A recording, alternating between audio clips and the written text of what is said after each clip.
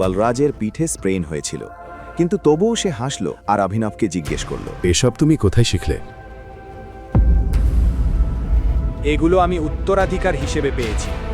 আমার সঙ্গে একটা ড্রিঙ্ক করবে? আজকের পার্টি আমার তরফ থেকে। বালরাজ, এভাবে বললে হয় না, বলতে হবে, Tiger ji, would you like to have a drink with me, will you party? এভাবে। টাইগার জি, আজ আমার সঙ্গে ড্রিঙ্ক করবে? পার্টি করব? ওকে। রাইট। কেন নয়?